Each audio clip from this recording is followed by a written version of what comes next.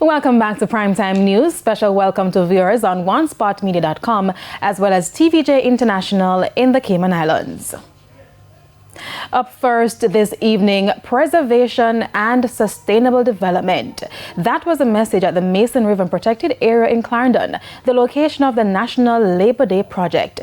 In defending the decision to regulate farming in the protected area, the Prime Minister said the government must strike a balance between environmental conservation and livelihoods. Jamila Maitland reports. Located on the border between St. Ann and Clarendon is the Mason River, a community known for its rich biodiversity. With over 400 plant species, insects, bats, and birds, the area was declared a game sanctuary in 1988 and later a Ramsar site because of its unique wetland.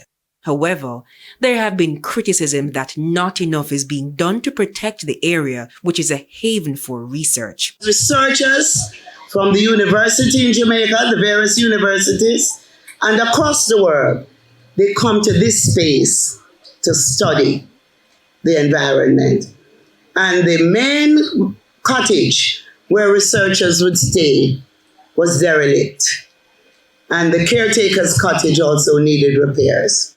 Prime Minister Dr. Andrew Holness revealed that $8 million have been spent to establish an environmental and research park within the Mason River Protected Area. We have renovated the researchers' cottage. We have installed modern sanitary facilities. We have repaired and upgraded the caretaker's cottage.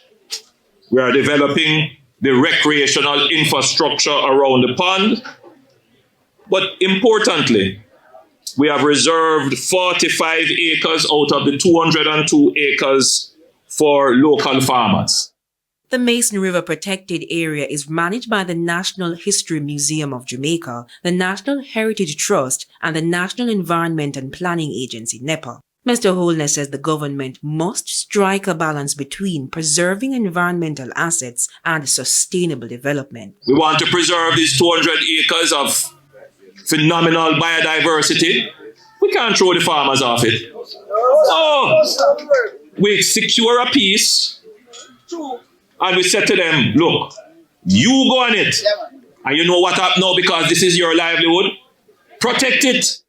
As part of a global commitment by the High Ambition Coalition, the Prime Minister says Jamaica is on track to protect 30% of land and marine areas by 2030.